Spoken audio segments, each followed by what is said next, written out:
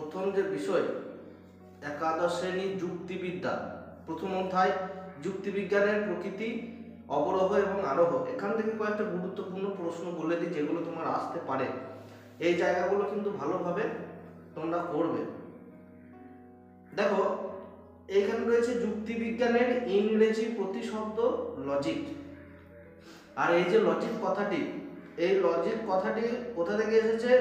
Logic কথাটি এসেছে logic থেকে, LOGIKE থেকে। ঠিক আছে, এই লজিকই যে শব্দটা আবার ল্যাটিন শব্দ লোগসের বিশেষণ। ঠিক আছে, এই লোগস কথার অর্থ কি?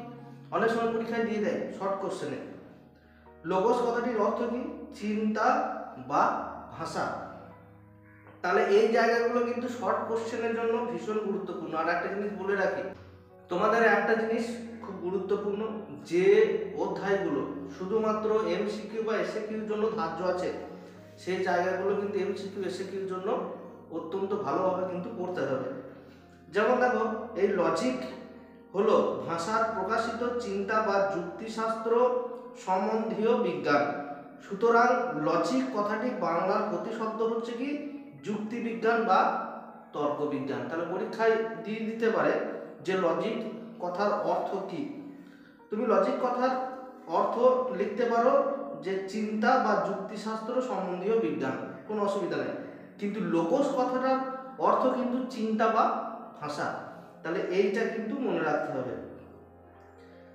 অনেক সময় আর একটা প্রশ্ন পড়ে, এই যে আমরা যুক্তিবিজ্ঞান পড়ছি, তা যুক্তিবিজ্ঞান কাকে বলে? যুক্তিবিজ্ঞান কাকে বলে? দেখো, দুটো সংজ্ঞা এখানে দেওয়া রয়েছে, তুমি যে কোনো একটা লিখবে তাহলেই হবে। যে শাস্ত্র অবৈধ যুক্তি থেকে বৈধ যুক্তিকে পৃথক করার পদ্ধতি ও বিধিগুলি সম্পর্কে আলোচনা করে তাকে যুক্তিবিজ্ঞান বলে। তাহলে যুক্তিবিজ্ঞান কাকে বলে? অযুক্তি থেকে বা অবৈধ যুক্তি থেকে বৈধ যুক্তিকে পৃথক করার পদ্ধতি বা বিধিগুলো। তার মানে ধরো, আমি একটা তোমাকে উদাহরণ দিই অবৈধ যুক্তি, যে গরু আকাশে ওড়ে, আর একটা হচ্ছে বৈধ যুক্তি যে পৃথিবী গোল। তার মানে তুমি এখানে বুঝতে পারছো যে কোনটা বৈধ কোনটা অবৈধ। কেন? কেন গরু কখনোই আকাশে ওড়ে না, কিন্তু পৃথিবী গোল, সেটা আমরা সবাই জানি। তাহলে এই রকম ভাবে যুক্তিশাস্ত্র পড়লে আমাদের সুবিধা হয় কি, কোনটা বৈধ যুক্তি কোনটা অবৈধ যুক্তি সেগুলো আমরা কিন্তু দুটোকে আলাদা করতে পারি। আর একটা এখানে সংজ্ঞা রয়েছে, যেটা হচ্ছে ব্যুৎপত্তিগত দিক থেকে যুক্তিবিদ্যা হলো ভাষার প্রকাশিত চিন্তার বিজ্ঞান। দেখো, অনেক সময় না বলে দেয় যে ব্যুৎপত্তিগত দিক থেকে যুক্তিবিদ্যা কাকে বলে, তাহলে যুক্তিবিজ্ঞান কাকে বলে, এইটাও কিন্তু পরীক্ষার প্রশ্ন কিন্তু খুব ভালোভাবে পড়বে। এইটা কিন্তু মাথায় রাখো, পরীক্ষার প্রশ্ন তোমাকে ভালোভাবে পড়তে হবে। কেননা বলে দেবে যে ব্যুৎপত্তিগত দিক দিয়ে যুক্তিবিজ্ঞান কাকে বলে। ঠিক আছে, তখন সংজ্ঞায় লিখতে হবে ব্যুৎপত্তিগত দিক থেকে যুক্তিবিদ্যা হলো ভাষায় প্রকাশিত চিন্তার বিজ্ঞান। ভাষায় প্রকাশিত চিন্তার বিজ্ঞান। ঠিক আছে, এইটা পড়ো। দেখো, এর পরবর্তীকালে যুক্তিবিজ্ঞানের সংজ্ঞা সম্পর্কে কপির অভিমত রয়েছে। জাস্ট এই জায়গাগুলো একটু তোমাকে পড়তে হবে। শর্ট কোশ্চেন করা সব থেকে ভালো নিয়ম হচ্ছে বই পড়ো। টেক্সট বইটাকে ভালোভাবে পড়া শর্ট কোশ্চেনের সব থেকে ভালো একটা জায়গা সলভ করার। তুমি টেস্ট পেপার এখন একাদশ শ্রেণী যদিও টেস্ট পেপার না, তোমরা যে কোনো কোশ্চেন ব্যাংক বা যে কোনো জায়গা থেকে করার থেকে তুমি টেস্ট পেপারটা ভালোভাবে পড়ো। মানে তোমাদের টেক্সট বুকটা ভালোভাবে পড়লে কিন্তু সব থেকে ভালো কিন্তু কি করা যায়, সব থেকে ভালো শর্ট কোশ্চেন করা যায়। তারপরে দেখো, আর একটা প্রশ্ন রয়েছে গুরুত্বপূর্ণ, অ্যারিস্টটলকে যুক্তিবিদ্যার জনক বলা হয়। কাকে যুক্তিবিদ্যার জনক বলা হয়? অ্যারিস্টটলকে। এটা মনে রাখবে। এরপরে দেখো, কান্টের মতে বা কান্ট বলেন যুক্তিবিদ্যা হলো সকল বিজ্ঞানের প্রবেশদ্বার। অনেক সময় কোটেশন দিয়ে এরকম প্রশ্ন পড়ে যায় যে যুক্তিবিদ্যা হলো সকল বিজ্ঞানের প্রবেশদ্বার, কথাটি কে বলেছেন? উত্তর লিখতে হবে কান্ট। বেশ, এইরকম ভাবে কিন্তু তোমাকে এগিয়ে যেতে হবে। শর্ট কোশ্চেনগুলো পরপর পড়ো। দেখো এরপরে রয়েছে যুক্তিবিদ্যার প্রয়োজনীয়তা। যুক্তিবিদ্যার প্রয়োজনীয়তা কি? দেখো যুক্তিবিদ্যার যে প্রয়োজনীয়তা, যুক্তিবিদ্যার প্রয়োজনীয়তা কি? যুক্তির বৈধতা নির্ণয় করে। তার মানে কি, যুক্তিবিজ্ঞান পাঠের ক্ষেত্রে আমরা যুক্তির বৈধতা নির্ণয় করি, খুব সহজেই নির্ণয় করতে পারবো। তুমি ভূগোল বই পড়ে তুমি এখানে যুক্তির বৈধতা নির্ণয় করতে পারবে না, ইতিহাস বই পড়ে তুমি যুক্তির বৈধতা নির্ণয় করতে পারবে না। তার মানে যে কোনো বিষয় জানতে গেলে তার নির্দিষ্ট একটা বই আছে, সেরকম যুক্তির বৈধতাও নির্ণয় করতে গেলে আমাদের যুক্তিবিজ্ঞান কিন্তু পড়তে হবে, এটা একটা প্রয়োজনীয়তা। আবার যুক্তিবিজ্ঞানকে শুধুমাত্র তত্ত্বের দিক থেকে উপলব্ধি করা হয় তা নয়, এর একটি ব্যবহারিক দিক আছে। কি রকম? যুক্তিবিজ্ঞান আমাদের শুধু বৈধ যুক্তির নিয়ম নীতি সম্পর্কে অবহিত করে না, এই নিয়মগুলি অনুশীলন করে তার প্রয়োগের শিক্ষাও কিন্তু দেয়, যাতে আমরা এই নিয়মগুলিকে আমাদের দৈনন্দিন জীবনেও করতে পারি। তার এইটা শুধুমাত্র যে আমরা ডেটাগুলো পাবো বা কোনো যুক্তি খাতায় আমরা পড়বো সেটা নয়, আমাদের ব্যবহারিক জীবনেও কিন্তু অনেক কাজে লাগে এই যুক্তিগুলো। দেখো আর একটা লাস্ট পয়েন্ট রয়েছে, আমরা অনুমানের ক্ষেত্রে সাধারণত যেসব দোষ করে থাকি, প্রচলিত বিজ্ঞানের সেই সব দোষের সঙ্গে আমাদের পরিচয় বা পরিচিতি ঘটে, ফলে এই সকল দোষ থেকে আমরা অনেকাংশে মুক্ত হতে পারি। তার মানে কোন জিনিসটা সত্য, কোন জিনিসটা অসত্য, বা কোন জিনিসটা বৈধ, কোন জিনিসটা অবৈধ, এই জিনিসগুলো কিন্তু আমরা ভালোভাবে চিনতে পারি কোন বিষয়টা পড়লে? যুক্তিবিজ্ঞান।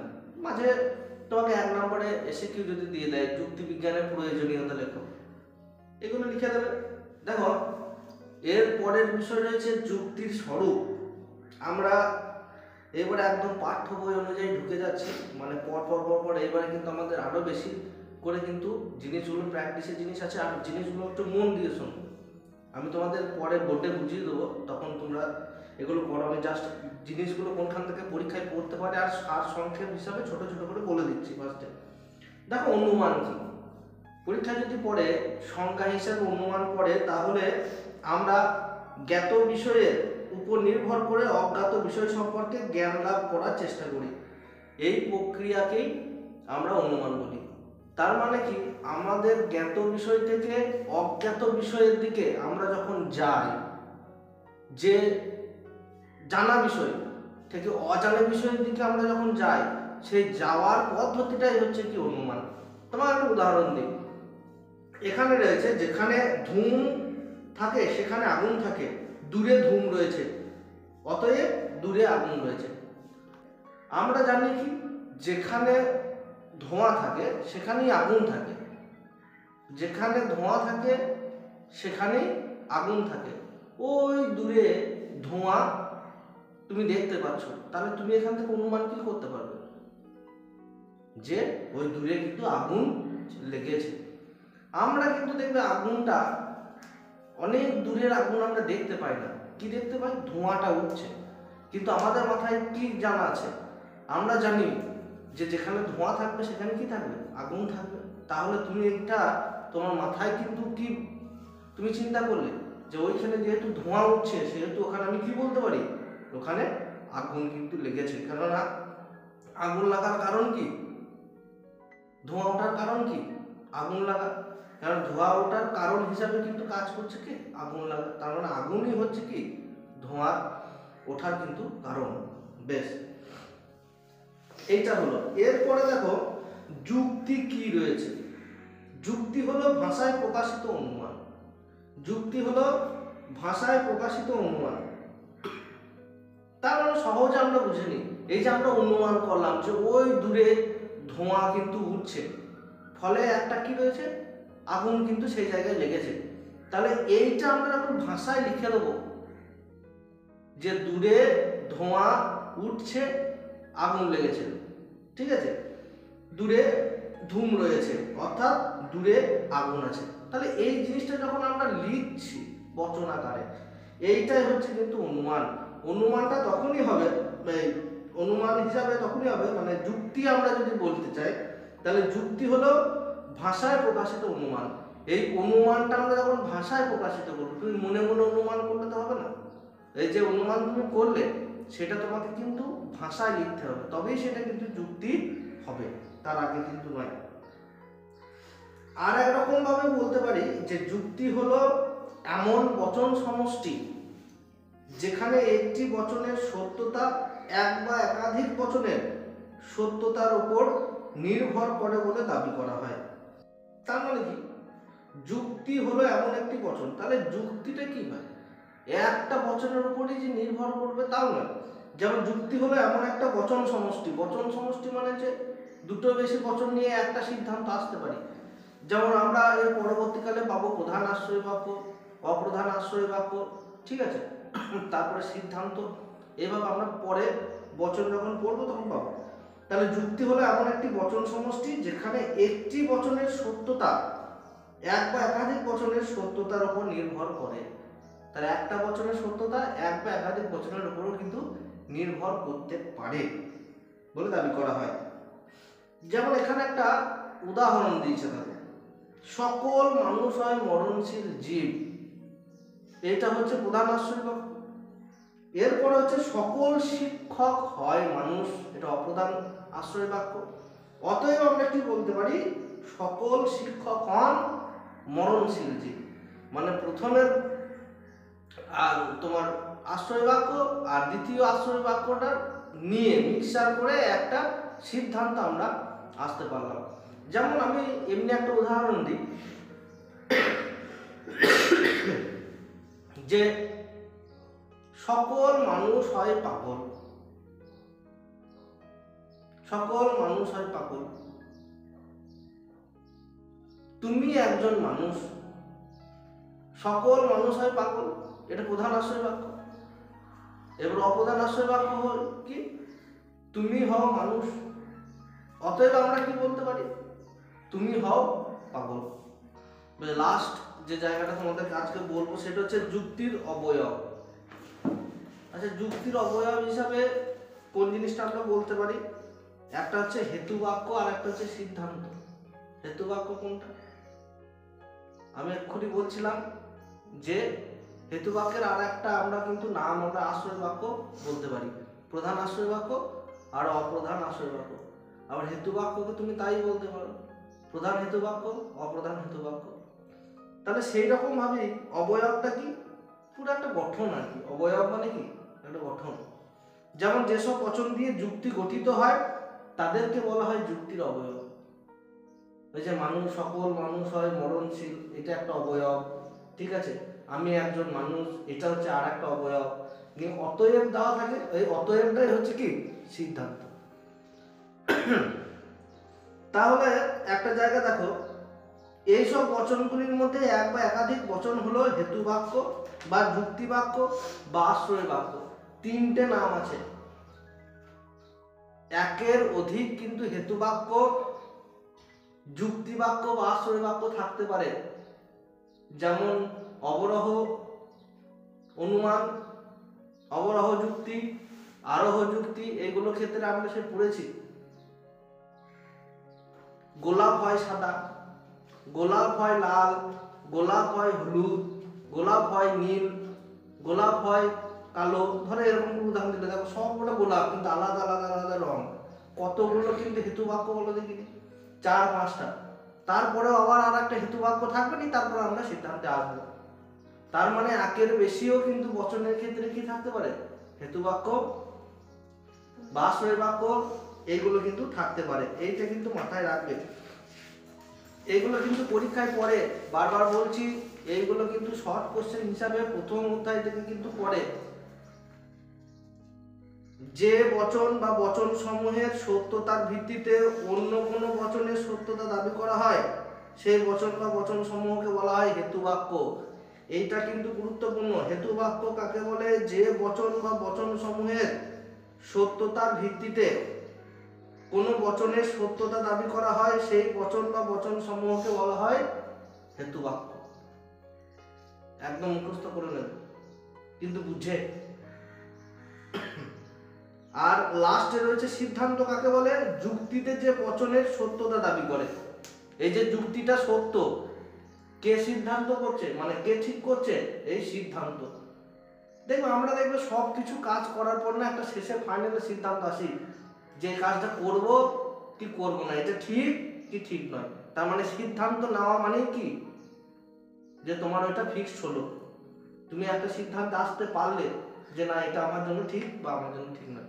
তাহলে বচনের ক্ষেত্রে ঠিক কি ঠিক নয় কোনটা থেকে আমরা বুঝতে পারি, কোনটা বৈধ কোনটা অবৈধ থেকে কোনটা বুঝতে পারি, সিদ্ধান্ত থেকে। ঠিক আছে, তার মানে সিদ্ধান্ত আমরা বলতে পারি যুক্তিতে যে বচনের সত্যতা দাবি করে, যে বচনটা সত্য, তাহলে কে সত্য দাবি করে, সিদ্ধান্ত। তাহলে আজকে পড়া কোন কোন জায়গায় করলাম, এই অবধি থাকবে যুক্তি স্বরূপ অবধি। পরের দিন আমরা কিন্তু অনুমান যুক্তি সে ভাগগুলো কিন্তু এরপরে আমরা করব, মানে অবরোহ যুক্তি আরোহ যুক্তি পরের দিনটা আমি আরেকবার ভালোভাবে কিন্তু এগুলো বলে দেবো, তোমাদের পড়া হয়েছে আবার বলবো। তাহলে আজকের ইয়েটা আমি একটু সারসংক্ষেপে বলে দিই, গুরুত্বপূর্ণ জায়গাগুলো তোমরা পেন্সিল দিয়ে দাগ নিয়ে নেবে। যেমন দেখো লজিক কথাটি কোথা থেকে এসেছে, ঠিক আছে, লোগোস কথার অর্থ কি, লজিক কথাটির বাংলা প্রতিশব্দের নাম কি, যুক্তিবিজ্ঞান বা তর্ক বিজ্ঞান, এগুলো শর্ট কোশ্চেনের জন্য, প্রথম অধ্যায় থেকে শর্ট কোশ্চেন থাকবে। যুক্তিবিজ্ঞান কাকে বলে, ঠিক আছে, এই যুক্তিবিজ্ঞান সম্পর্কে কপির অভিমত বা কপি কি বলেছেন, এই যুক্তিবিজ্ঞানটা কি, যুক্তিবিজ্ঞানের জনক কাকে বলা হয়, অ্যারিস্টটলকে। আর একটা শর্ট কোশ্চেন গুরুত্বপূর্ণ যেখানে হচ্ছে যুক্তিবিদ্যা হলো সকল বিজ্ঞানের প্রবেশদ্বার, এই কথাটি কে বলেছেন, এটা বলেছেন কান্ট। তাহলে কান্ট বলেছেন যুক্তিবিদ্যা হলো সকল বিজ্ঞানের প্রবেশদ্বার, এটাও গুরুত্বপূর্ণ প্রশ্ন। এরপরে আসো এই পাতায় যুক্তিবিজ্ঞানের প্রয়োজনীয়তা কি। যুক্তিবিজ্ঞানের প্রয়োজনীয়তা আমরা বললাম যে যুক্তির বৈধতা আমরা নির্ণয় করতে পারি। তারপরে এই যুক্তিবিজ্ঞান পড়লে আমরা এর ব্যবহারিকের দিকও আছে, কোনটা ঠিক কোনটা ভুল, কোন জায়গাগুলো আমরা সেগুলো অনুমান করতে পারি। আমাদের কিন্তু যুক্তি দিয়ে কোনটা বৈধ কোনটা অবৈধ সেটা কিন্তু আমরা ব্যবহারিক ভাবেও কিন্তু আমরা সেটা বুঝতে পারি। আর রয়েছে যে দোষ থেকে আমরা অনেকাংশে মুক্ত হতে পারি। হ্যাঁ, যুক্তিবিজ্ঞান আমাদের জীবনে দেখবে অনুমানের ক্ষেত্রে সাধারণত যেসব দোষ করে থাকি, কোনো একটা যখন অনুমান করি, কারণ আমরা জানি যে অনুমান যখন আমরা করি তখন কিন্তু আমরা জানা থেকে অজানার দিকে যাই,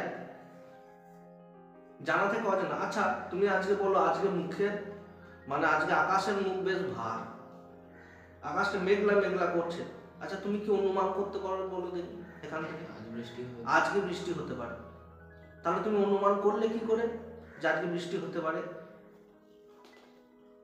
কেননা তুমি জানো কিছু অংশ যে আকাশ যেহেতু মেঘলা রয়েছে তাহলে আমার কিন্তু বৃষ্টি হতে পারে, সেটা আমি বলতে পারি।